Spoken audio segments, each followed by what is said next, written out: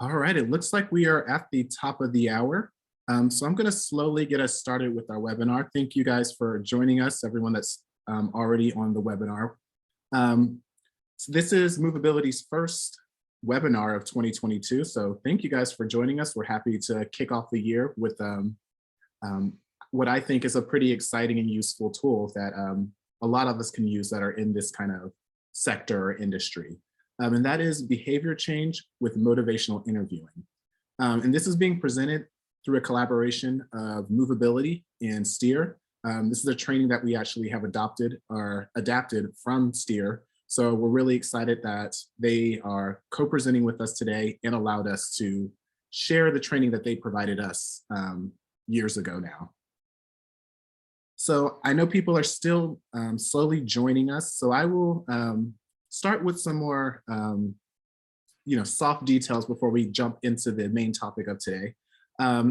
First thing, since we're not able to do this in person and kind of talk and chat with each other in person and learn about what we do and how we do things, I thought it'd be great if we could kind of carry on the networking vibes by dropping our LinkedIn profiles in the chat. So if you're comfortable, kind of go to your LinkedIn profile, copy and paste your info, and drop that into the chat box.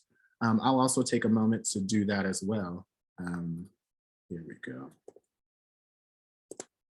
Feel free to connect with me if you're interested in learning more. I'm happy to chat with you via LinkedIn, or you can email me directly through my Movability account. But happy to have additional connections on LinkedIn to stay up to date with what everyone's doing. A little bit about Movability. We are a TMA, Transportation Management Association, here based in Austin, Texas region, based in Central Texas, that is working to help employers in the region reduce drive alone time. So our theory is that if we can reduce drive alone time, we can still experience job growth and population growth in our region without the need to add on to congestion or to be hampered by our existing transportation system. So we're really focused on helping employers in the region find solutions that will reduce drive alone time. And that can be things from van pools, car pools, telework, which I'm sure a lot of us are very familiar with. So we're always working and trying to educate the region and promote different options that reduce transportation congestion here in the region. Other news, we have a few upcoming events that I want to make everyone aware of. First is an employer member discussion group that we're having virtually next week on Thursday. If you are a member, if you're an employer member specifically, you can join us at this casual virtual meeting where we have employers kind of network with each other and learn from each other, talk about experiences, talk about pain points, kind of have the opportunity to vent if needed about what's going on regarding commuting or what you're trying to implement or what you're planning to implement. Just kind of a casual conversation about what's going on. We use this information also to learn about, is there a issue that many employers in the region are experiencing so that we can build programming to help you guys address that. So if available and interested, feel free to reach out to me or go to the Movability website to learn more and register for that event. But please note that event is exclusively for employer members of Movability. We try to keep that closed so that they can kind of feel more open to sharing information between each other. Our next large event is going to be, actually our largest event of the year typically, is going to be the Mayor's Mobility Breakfast, which is happening on February 9th. This is an event where this will be our first in-person event of the year, and this is an event where we kind of toot our own horn and talk about the accomplishments that we've had and our members have had over the past year. We also have a great group of speakers coming to this event. It's called the Mayor's Mobility Event. The Mayor of Austin will be there speaking. In addition, we'll have a representative from Google talking about what they're doing regarding commuting and changes that they're trying to make. If you're a member, you get two free tickets to this event. If you're a non-member, you are also welcome to join, but there will be a fee to attend the event. I think we're around 75% capacity on this event. So if you're interested in joining us for that, make sure you pick up your tickets here in the next couple of days or weeks. Once again, that's happening on February 9th. In like the discussion group, you can learn more on our website, or you can reach out directly to me. Last thing I want to update the group on is some of the programming we have going on. In particular, I want to encourage our members to take advantage of some of our member benefits. One of those benefits is that we provide customized assistance or consulting for all of our members. We really want to help you guys, especially in this time period, wherever we can. This can be through doing research on best practices, or finding out where y'all sit compared to others in your geographic area or in your industry. This could be helping you guys put together an event or having us come and present information. This could be us helping you figure out how to implement a mobility, a commuter assistance program. So this can take many different forms, but I just want to encourage members to reach out to us earlier in the year if you need any of this assistance, just so that we can make sure we have the timing to meet your deadlines as well as meet our deadlines. So definitely want to encourage members to take advantage of their membership perks there. So with that, hopefully everyone has had a chance to settle into the webinar. Once again, feel free to drop your LinkedIn profiles in the chat if you would like to connect with others and stay up to date with what others are doing in their workplaces. But with that, I will go ahead and launch our webinar by introducing our speakers. First speaker is myself. I'm Anton Cox. I'm the program manager at Movability.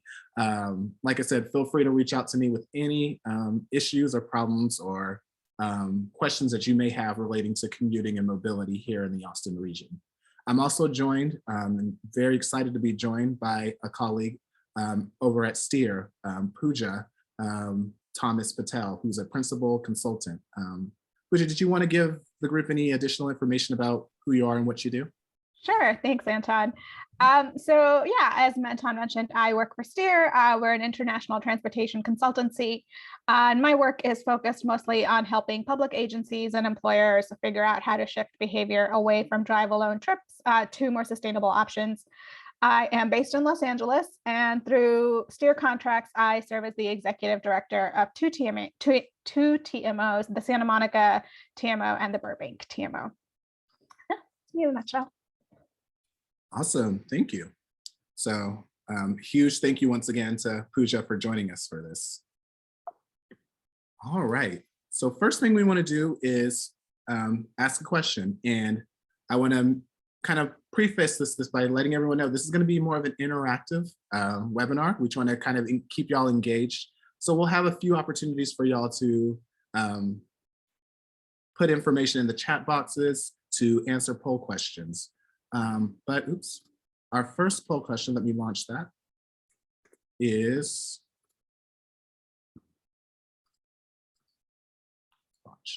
how familiar are you with the concept of motivational interviewing? And feel free to be honest. It could be, I have no idea what this is, or this could be, I'm an expert. I talk about this with my friends and family on a weekly basis at the dinner table. I just want to know a little bit more about our audience to figure out where people are with this concept. Great, and looks like results are trickling in pretty quickly. All right, I'll give it a couple more seconds. We're about 90% participants answering so far. All right, and I'm going to close the poll in 3, 2, 1. All right, and sharing the results. So the largest proportion of this audience has heard of it, but they don't really know how it works.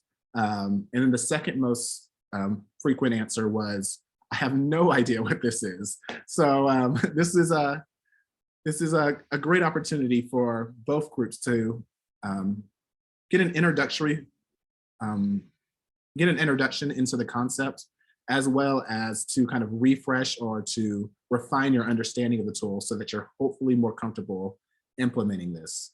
I will state that this is a training that we have in the past offered through an in-person 12 to 16-hour training. But with the pandemic and a lot of different factors, we chose to kind of do a more introductory webinar this year. And then we'll ask the group if y'all are interested in doing something more engaged and more in-person interactive in the future. So I don't expect everyone to come out of this saying, I'm an expert. There's definitely more training that we can do with you guys, more hands-on experience that you can do with this. But hopefully this gives you a starting place where you can say, if you are at the lowest tier of having no idea, you can at least go to somewhat familiar or higher. And then everyone that's, on a different tier will go to a higher tier of understanding through this webinar. So I'm going to stop sharing the poll and move to our next slide. So what is motivational interviewing? Kind of a textbook definition of this is a person-centric guiding method of communication to elicit and strengthen motivation for change. And this strategy or this concept has a background out of the healthcare sector. It's really based on trying to treat addiction issues. Think of things like smoking. And so there have been studies showing the effectiveness of this. This study that I'm quoting here is from 2004. You can do a quick Google search and find other studies that have shown the effectiveness of motivational interviewing. This study found that 74% of people that went through motivational interviewing demonstrated some kind of change. And that was through a controlled randomized trial.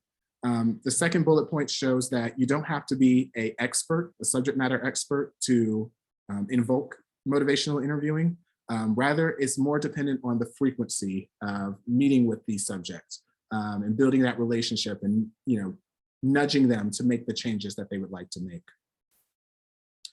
So in a little bit more detail and getting a little bit more specific about what motivational interviewing is, I like to kind of simplify it into saying that it's a person-centric way of conversation. It's really focused on the individual rather than you providing advice or telling them what to do based on your program goals. This is really listening, actively listening to the individual. And with that, your goal is to try and empower them to think about their values, their reasons for making a change, what their barriers are, and giving them the, empowering them to choose why they would want to make that change. So it's really about guiding rather than leading. And there's a balance there where you need to balance active listening with providing direction as needed. So obviously, you're likely going to be coming from this from a more, with a little bit more expertise in an area, a little bit more expertise on how the bus system works or how your commuter benefits work. But you don't want to just overload them with all that information. You want to kind of pepper that in as it is invited. So now it's time for our second poll question. As I said, it's going to be kind of an interactive webinar. So this second question, we're asking, how familiar are you with the concept of the cycle of change? And I'll once again give you about 45 seconds to answer this one.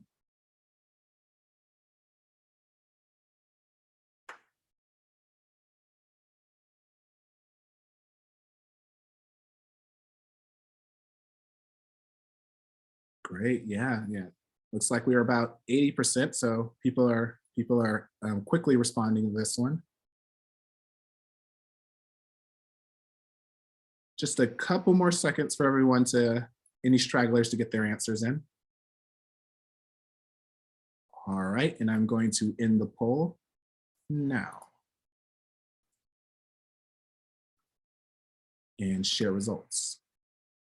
So it looks like we have a pretty, an audience that's pretty new to the concept of the cycle of change. So that's pretty exciting. I think this was something that was pretty illuminating for me to learn about and to kind of think about when I first got into this kind of commuter behavior change industry.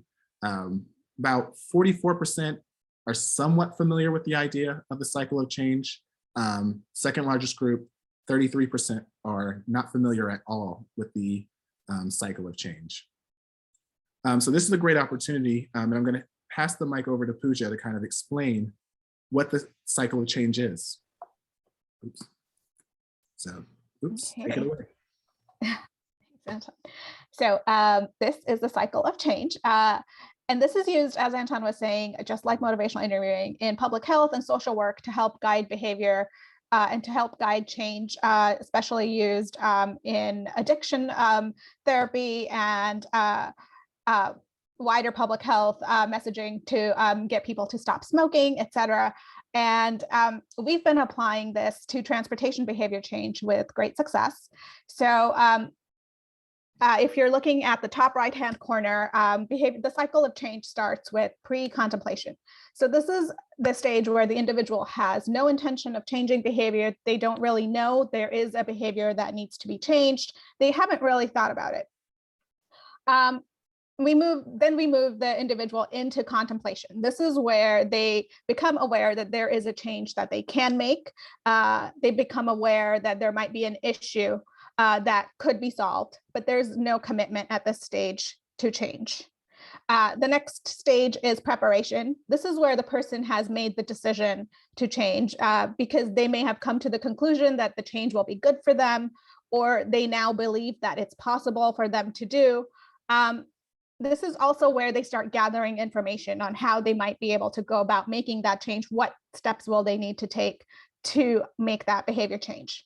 Next, we move into action. This is where they start engaging in the desired behavior.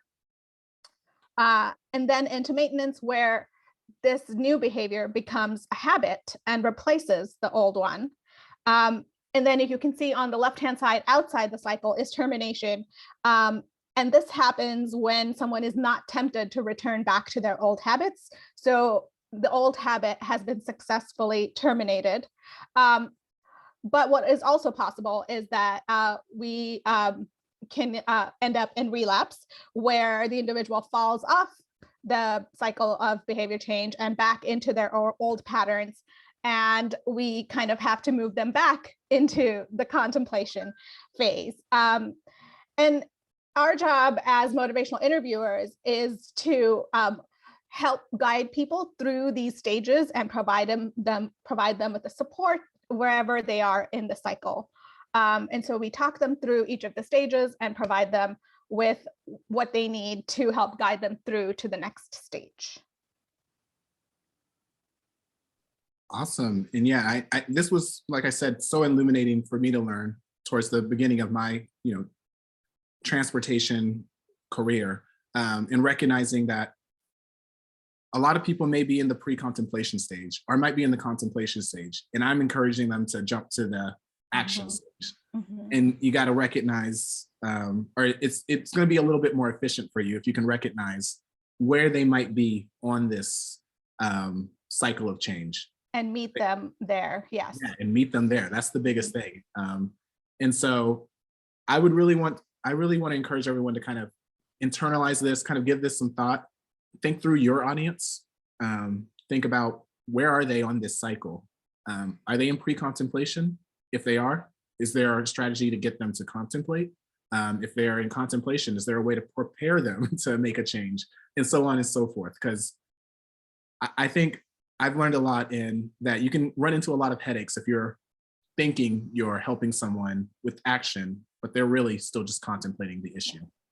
And one last note on this, due to kind of COVID-related disruptions, we're seeing a lot of people in relapse. And so kind of thinking through how you get them back into the cycle and into contemplation could be a good start, as well as we start, returning to commutes, et cetera. Yeah, totally. All right. So why is it difficult to change behavior? A lot of times when we're trying to change people's behavior, we think of reasons of why they aren't willing to make a change. So think of an example of someone who keeps the lights on, or maybe someone who won't wash their hands after eating or wash their hands frequently throughout the day, or someone who pours their spilt oil and allows it go into the sewer system. Maybe we'll provide them some insight because they just don't see that that's an issue. We'll tell them, hey, you left the lights on, or hey, you didn't wash your hands, or so on and so forth. Hey, that oil is going into the sewer. Maybe they don't know the impacts of that issue. Maybe they think there's no issue there. So you tell them, hey, that's polluting our waterways, or that's spreading germs. Maybe that's wasting energy or running up your electric bill. Then you go, then maybe they agree, or maybe they don't agree. Maybe they just don't know how to make a change. So you provide them with some information on how to change that. My examples are, some of them are pretty simple. It's wash your hands more, or maybe it's sing happy birthday twice so that you're washing your hands for 20 seconds. So you provide them some tools to help figure out how to make that change. And maybe what you find out is they don't actually care. And so you try to make them care. You make them feel bad about it, or you make them afraid of the consequence. And maybe they change based on that, but in all likelihood, you're not going to really change their behavior. And what you're likely running into is ambivalence.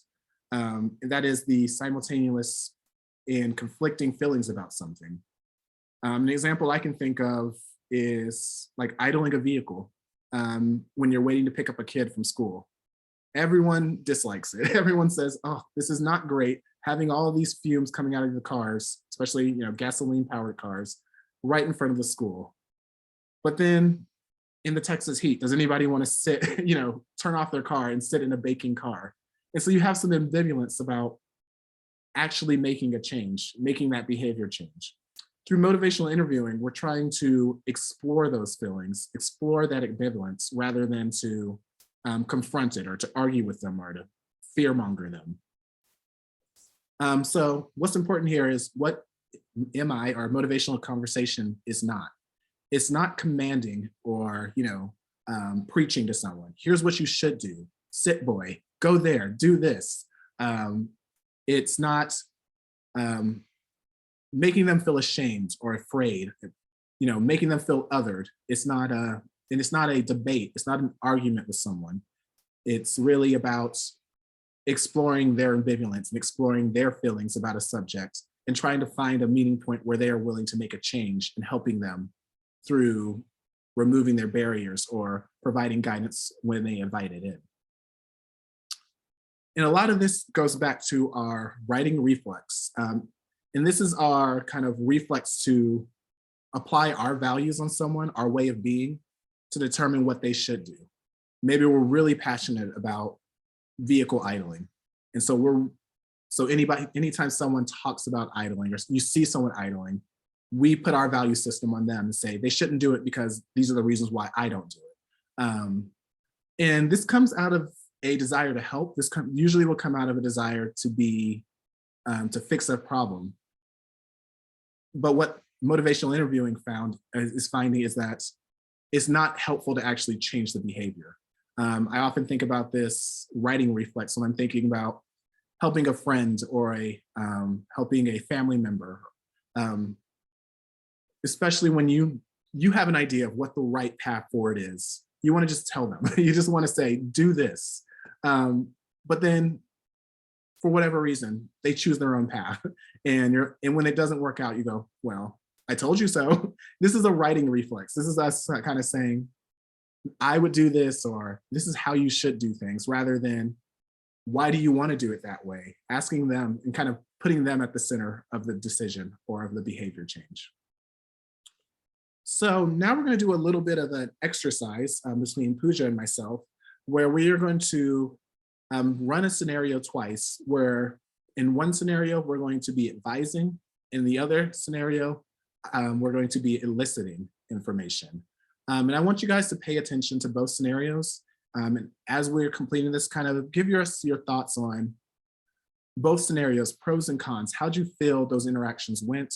How you feel those interactions were awkward or not useful and encouraging change.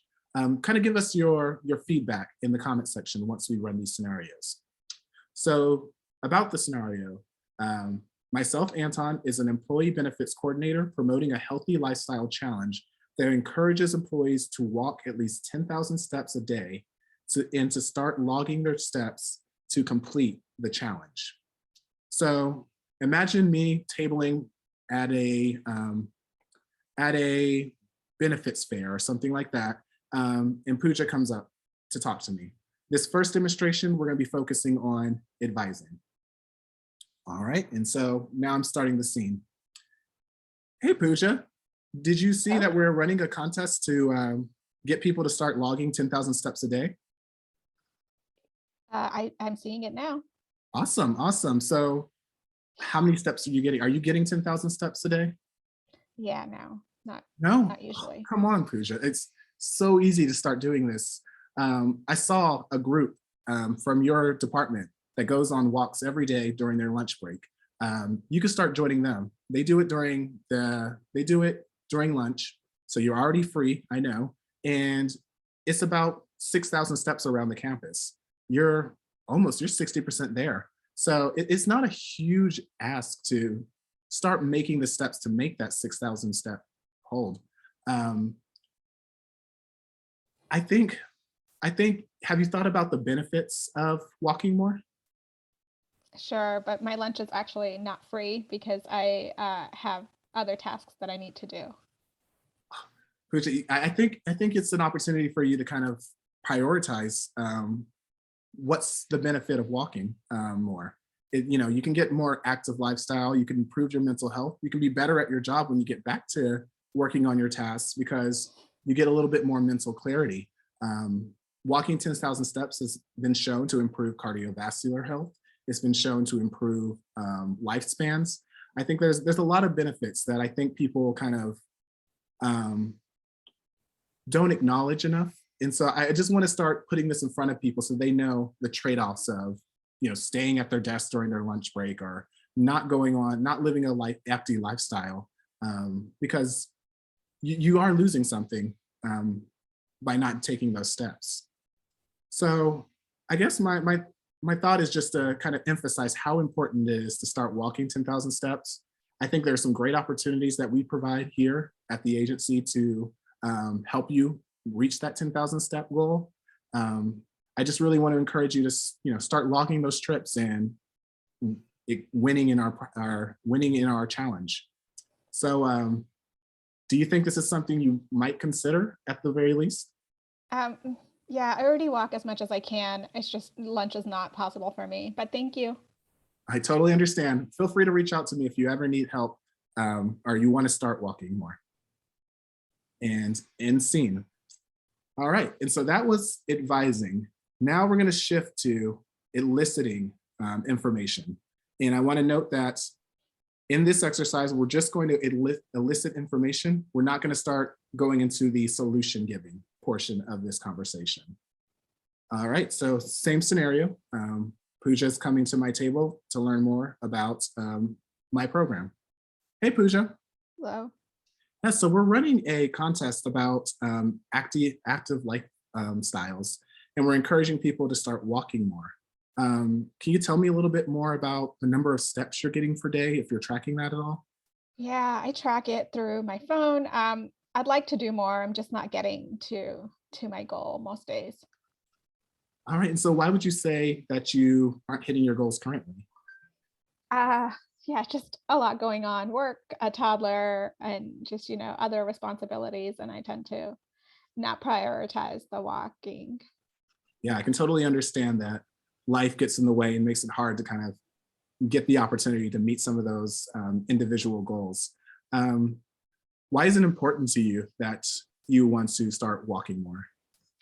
Yeah, that's a good question. I think it's really important for me to walk more because I want to be healthier. I think it's good for my mental health. And it's just, just overall a good time for me to I like to listen to my podcast when I'm out for walks. It's just me time that I can take advantage of as well. I just tend not to do it every day. Yeah, totally understand that. And so if you had to kind of give me a rating from 0 to 10, with 10 being extremely important and 0 being not important at all, how important would you say it is for you to actually make this change? Yeah, probably an 8. Okay, that's pretty Yeah, important. it's pretty important. I should do this. Okay, and so why aren't you at a lower score? Like, why aren't you at a 0? well, because I want to be healthier. Totally. And I want to take that time for myself. Yeah, I think what I can do is set aside time in the mornings, perhaps after I drop my toddler off at school or after he goes to bed. And that can be my time. If I schedule that, it might be easier for me to do it. Totally. Yeah, that sounds amazing. So it's sounding like you're not currently hitting your steps per day goal, but it is very important for you to start doing that because it gives you an opportunity to live a more healthy lifestyle, gives you a little bit of mental health benefits and me time to be able to listen to music or your podcast and kind of zone out of daily stresses. And you think there's an opportunity for you to start doing that more through walks with your family, walks with your toddler in the morning. Did I kind of summarize that right? Yeah, yeah. Awesome, awesome. And so we're going to end scene here. Obviously, there would be more to it if this was a full motivational interviewing conversation where we kind of start talking through solutions and kind of putting together a plan. But in this case, we're just gathering information. So I want to take this kind of opportunity to debrief from this exercise and get comments from the audience on benefits, pros and cons of both methods, how you felt about the advising versus how you felt about the listening. I think, I can start the conversation, or Pooja and I can kind of start the conversation, give you guys an opportunity to throw some thoughts into the chat. I would start with biggest thing that I see when you're advising versus listening is with the listening, you have the opportunity to learn a little bit more. I think in this exercise, and this wasn't something we did on purpose, but I realized is I encourage in the advising exercise, I encourage Pooja to start walking socially with her coworkers. Whereas in the listening, she kind of specifically said one of her motivations to start walking more is that she can do me time. And so my kind of solution for her issue was at conflict with her motivations for walking. And I would never have known that if I didn't ask why this might be important to her. Any thoughts that you have, Pooja? Yeah, I think in the advising scenario, I was pretty annoyed because you were making a lot of assumptions about me and my schedule. And you were telling me that something was easy to do when you have no idea what my schedule is like. So that was, and the second one, you were hearing me and you were giving me a chance to talk about what my challenges were and letting me come to my own conclusions and my own decisions. And so it felt very different. And I was not annoyed at you in the second scenario. Yeah. With the advising scenario, maybe you'll hit the nail on the head and you'll hit their motivations, or more likely you're kind of annoying them and you're not really meeting their needs, or you're not meeting them where they are. And so getting a little bit more information from the individual kind of helps you alleviate some of that and make sure you're actually talking to them rather than ordering. Comment here from Catherine that says, with the eliciting change, it was almost like you were leading Pooja to the solution too. Like we already know what we should do to change. Yeah, yeah. It looks like we have another comment in here from our Nomfu. Sorry if I'm getting that really wrong. It said, I found that in the advising, the focus was not really how important it is to her versus the listening is more about why it is important to her. And yeah, that's the huge difference there is she's the center of the conversation, or, the subject is the center of the conversation in the listening, rather than in advising where you're kind of leading the conversation. I feel like I spoke a lot more in advising while Pooja spoke a lot more when it was a listening. One more comment we have is that the listening demo, you were telling Pooja what to do instead of listening to her wants and needs. Yeah, totally. And that's from Amy.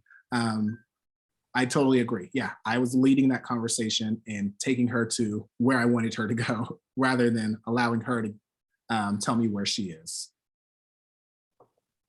And yeah, and great, and I don't know the name here, but great comment about and I always like to think of pros and cons of both.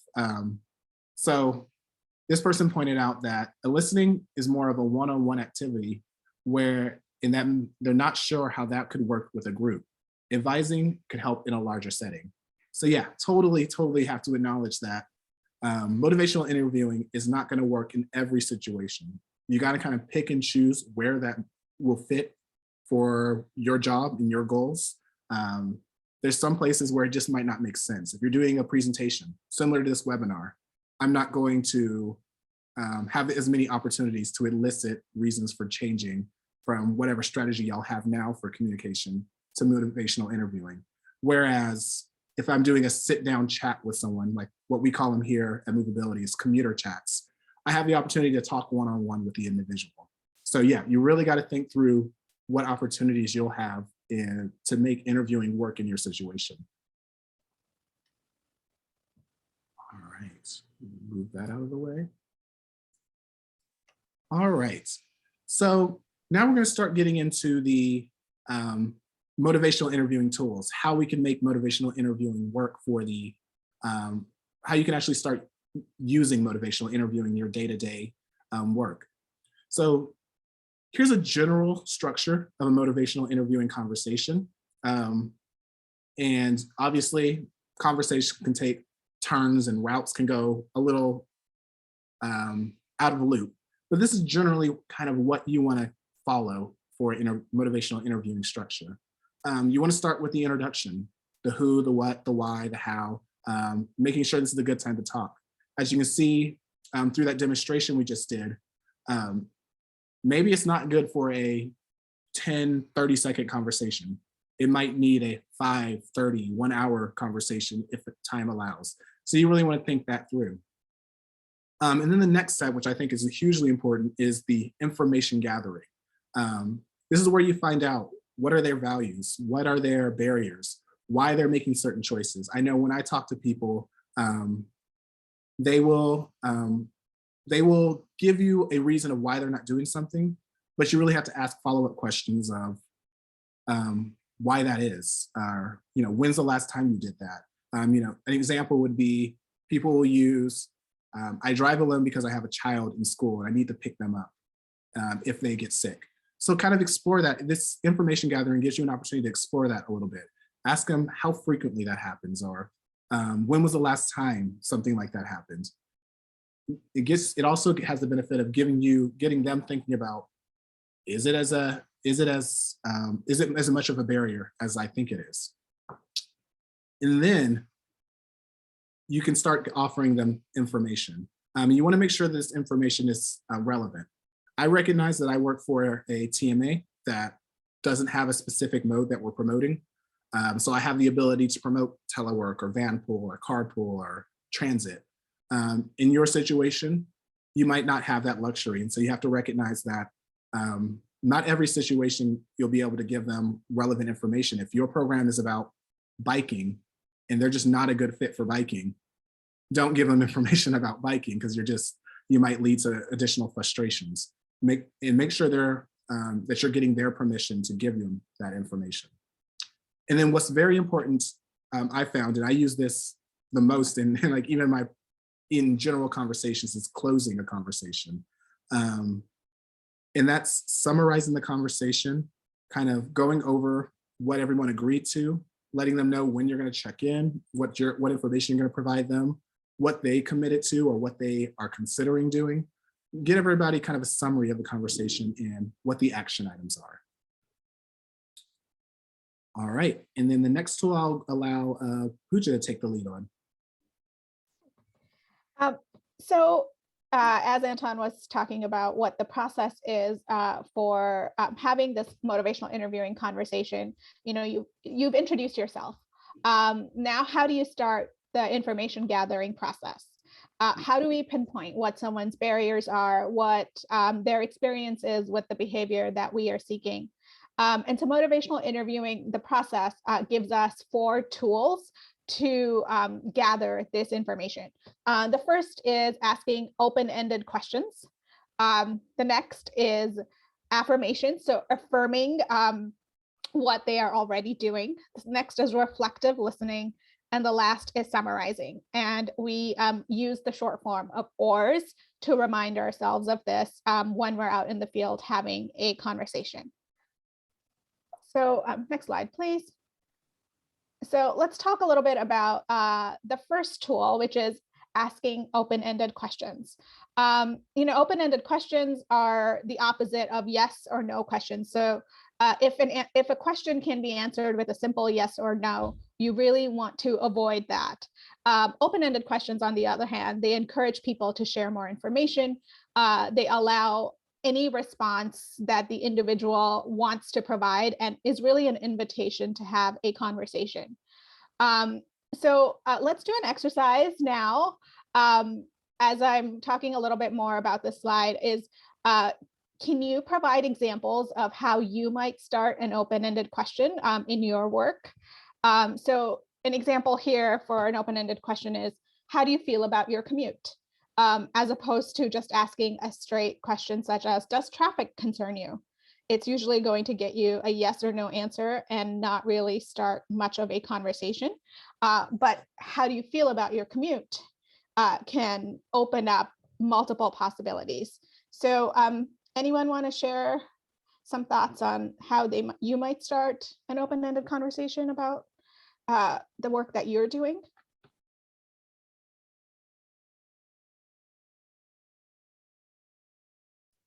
Yeah, and Okay. I know it takes a couple of moments for people to start thinking through that, because I know this was tough for me to think through. It's like we have one from Dave. Tell me about your, sorry, Yeah, tell me about your goals for your commute program. Yes, that's a good one. It allows them to tell you what their goals are and have a discussion. To follow up on Allison's questions, I think the goal is to make it hard. I think this is referring in to response to something else. Yeah, sorry. So we'll come back to this. Yeah. Yes, that's a good one. What challenges does your commute present? Yes, absolutely, because that will help you understand what their barriers are and how you might go about helping provide solutions in the next step. Yes, absolutely. What ways do you like to commute to work? Yeah. Okay. Yeah. It seems like we have a lot of people that are focused on the similar job roles. So I think this is a great opportunity to kind of poach some of these opening answers. So yeah, it seems like a lot of people are focused on the commute, which is great because like I said, it gives you an opportunity to use these or test these out in the field. Another thing you can do to follow up on open-ended questions is to ask for elaboration. So you can ask for examples, or you can say, describe the last time, or you can ask for descriptions of the example that they're talking about. Or you can simply follow something up with what else? Or you can also ask about concerns that people might have, which I think a few people have already pointed out. So yeah, absolutely. Some great examples. Okay. I want to jump in with one from Kelly that says, what would your ideal commute look like? That's a great one that I don't even use enough of the time, is kind of learning more about what their perfect world looks like and kind of exploring that rather than going through what their current world looks like. Yeah. So instead of barriers, in this case, you're focusing on motivations, or you're focusing on like the more positive way in which you can get them to it, which is an equally great way to approach your conversation. Yeah, absolutely. Okay. So it's in motivational interviewing, and really in general, it's really important to be an active listener. And just asking questions is not really active listening. And so especially when we're having a motivational interviewing conversation, we want to ensure that people are really feeling heard. And the tool offers us a really great way to do this. So affirming, which is acknowledging if a person is doing something noteworthy or recognizing their strengths, but you have to make sure that this is genuine. So it's directed as a statement of support. It can be something like, you've been working really hard towards your goals, or it really shows commitment that you are engaging in this behavior in spite of your challenges, or something along those lines. Really recognize what they're doing and what you're hearing from them. Or maybe it's that they're really concerned about the environment, and so you can point that out to them. And then there is reflecting, which really helps, also helping people feel heard. So it's essentially just a short summary of what they're saying, repeated to them with an intro, such as, it sounds like, or I'm hearing that, or you mean to say, or just so, and following up with whatever it is that they had said. And these kind of simple introductory phrases can be added just can be added to the beginning of exactly what they had said. And it's just a simple reflection of exactly what they are telling you, to make it very clear that they are being heard, that you are recognizing what they're saying without any judgment. It's just a matter of fact, like, I'm hearing you saying this. And you'd be surprised at how effective that is. It also works really well on my 4-year-old. In the middle of a temper tantrum, all I have to do is, I hear you, I understand you're really upset, and it really works. And then moving on to summarizing. So it might feel like reflecting is also summarizing, and it essentially is. The only difference is that at the end of the conversation, you want to summarize the full conversation, and you want to also summarize all of the action items that you've agreed to, what the individual said they would do, what you said you might provide them, and just summarize the full conversation. And just some tips here. Listen actively and allow for silence. It's really okay to sit with the silence. I know it's awkward, and many of us kind of want to jump in and fill in the quiet time, but it's okay. It's okay to allow for that. And it really does lead to a better conversation. Again, reestablishing that affirmations should be genuine and direct statements of support. When reflecting, a statement will work. When reflecting, a statement will work better than a question. And it's, yeah, these are some examples that you can use. That is, yeah. Over to the poll. So, back to you, Anton. And before I launch this last poll question, I want to give you guys a heads up. I failed to do this at the start of the webinar, but there is a Q&A section, and we'll take time as time allows to answer all the questions in the Q&A. So if you have any questions that are in your head, take a few moments to jot that down into the Q&A section. We're reaching the end of the webinar, so we'll start getting to those very soon. But let me launch this last poll question for y'all. And that is, how do you think you can use motivational interviewing in your job role? And we have a few different options for you. There's things like, and you can select all that apply. There's things like community outreach, social media or digital outreach, marketing a program within your workplace, communications with stakeholders. Think of things like your partners, other agencies, a board of directors, things like that. Sharing this tool with your colleagues. So training other people who could use this, similar to what we're doing today, or other, and feel free to jot that into the chat.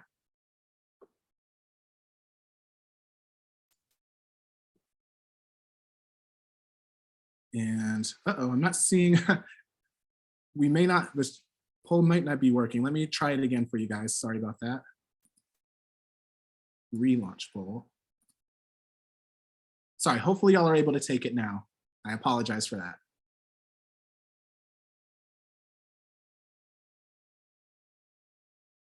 Yep, I'm seeing answers come in. Sorry about that.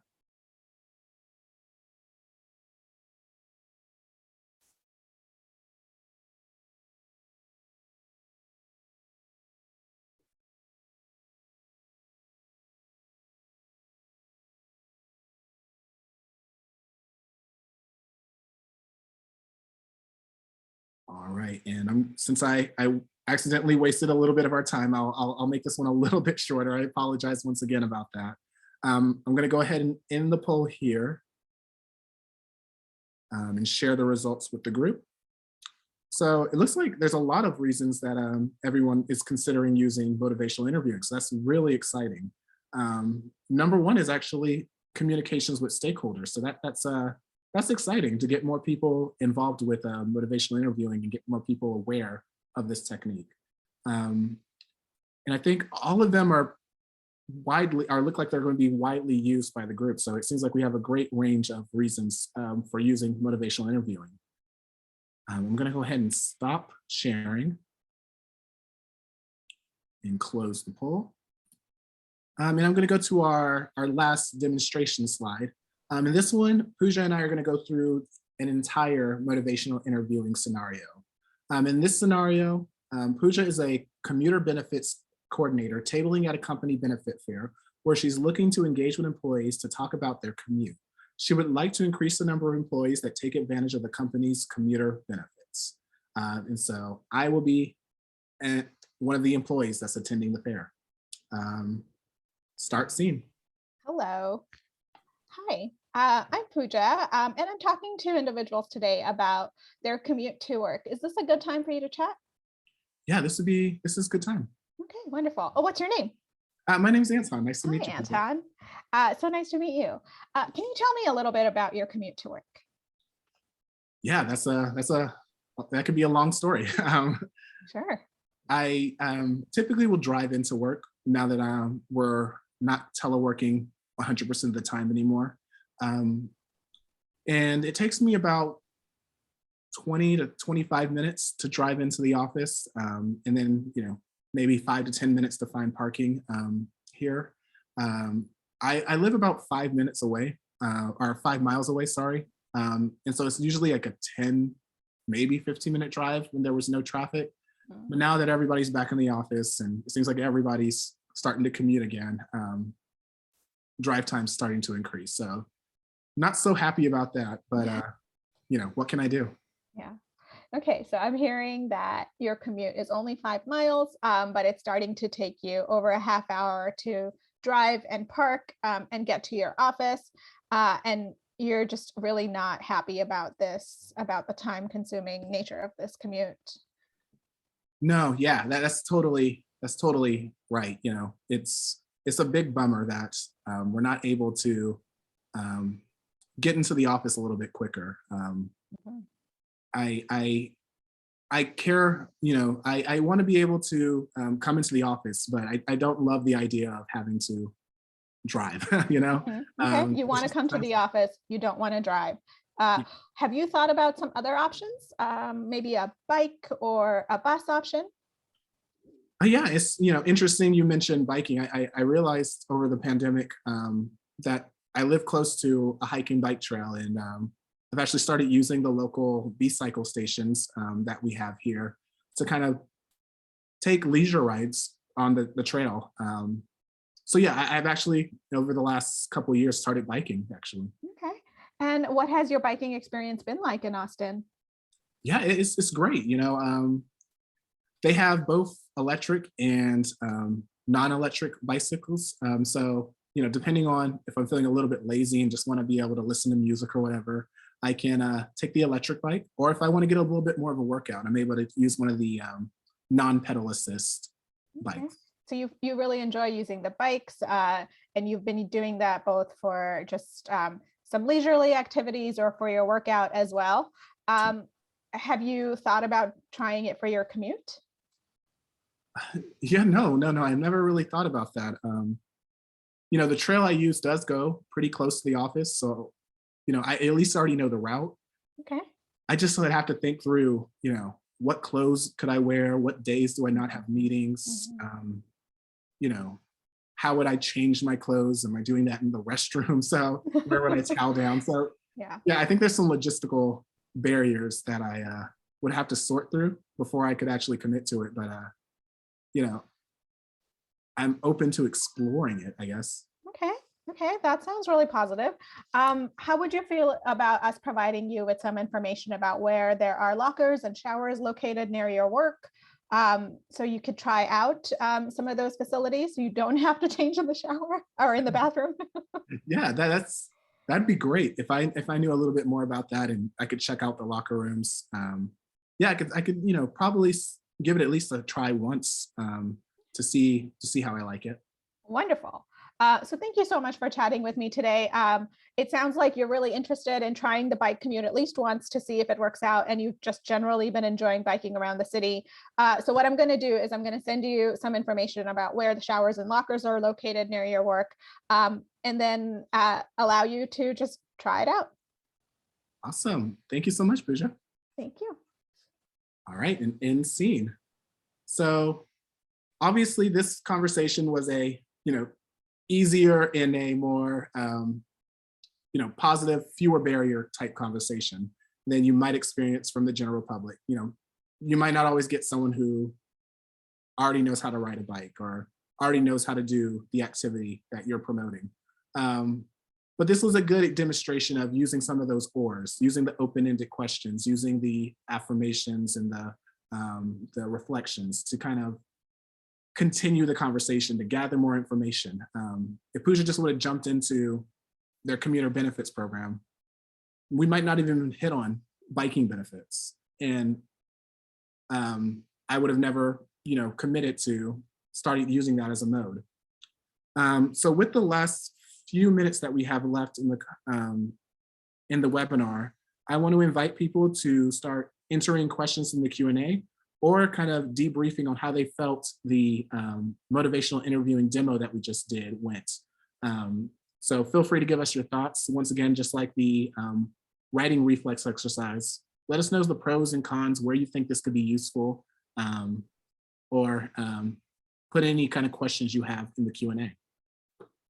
I'm seeing Allison's question. Okay.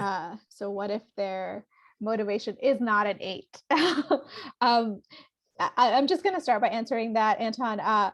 So I think that is the challenge with applying motivational interviewing to transportation, because in general, in the health sector, when practitioners are using motivational interviewing, they are working with clients who have come to them either willingly or reluctantly, but to actually talk through, like how they might deal with their addiction challenges or something else that they're dealing with. But in transportation, we're kind of cold engaging people who have not even considered the alternative. So our challenge really is to identify an individual's motivation and figure out where they are in the cycle of change and try to provide them the information for where they are. And, they might not be fully motivated to make that change. Perhaps they're in pre-contemplation. And so perhaps you want them to just kind of think about those options, or maybe they're in contemplation and you want to kind of help them move to the next stage. So not everyone is going to be at that stage. And we just recognize those and try to provide them with support for their stage. Awesome. Yeah, I couldn't have said it any better. Another question we have in here is, it seems like a really slow way to reach people. Could this be done in a group setting? So yeah, I think there's totally some pros and cons, like I mentioned earlier, about motivational interviewing. Obviously, you're having a conversation with somebody, and the examples we gave are one-on-one. But you could kind of adjust this to meet your needs in a more group setting if you needed. I think some of the things I kind of take out of this is learning or doing more to learn about people's motivations. So if you can somehow, before your group meeting, learn more about your audience, you're able to kind of meet them where they are. And that's kind of the biggest thing I think I take out of motivational interviewing, is collecting more data, figuring out where they are in the cycle of change, and meeting them there. So if they're in pre-contemplation or they're in contemplation, recognizing that and trying to find out what those barriers, what those motivations are. And if you can get that group together in a way that where they have similar motivations or similar barriers, maybe they're all parents, or maybe it's that they are all motivated to bike more, but they're not biking to the office. You can do it, but it is very case by case, and it's not going to fit every situation you're in. I think the largest thing is just information gathering ahead of time for that group meeting. I recognize we are at 1 minute, so if we're able to, hopefully Kate, who's running the back end of this for us, can record some of these questions, and we can type up some answers for you guys and put that in the post event email, where we'll give out the link to the video, and we'll give you guys the evaluation survey. We'll try to make sure we answer some of these questions that we didn't have time to answer today. And so I did just mention that we will have a post-event feedback survey. I encourage everyone to answer that. I really would like to know if this group is interested in learning more or possibly having a more interactive workshop about motivational interviewing. So please let us know. Thank you so much to Steer and to Pooja for teaming up with us on this. Really appreciate your help. Thank you to everyone that has attended the webinar. And I look forward to learning more about you guys and hearing more from you guys in the future. Thank you all. Thanks for having me, everyone. This was wonderful.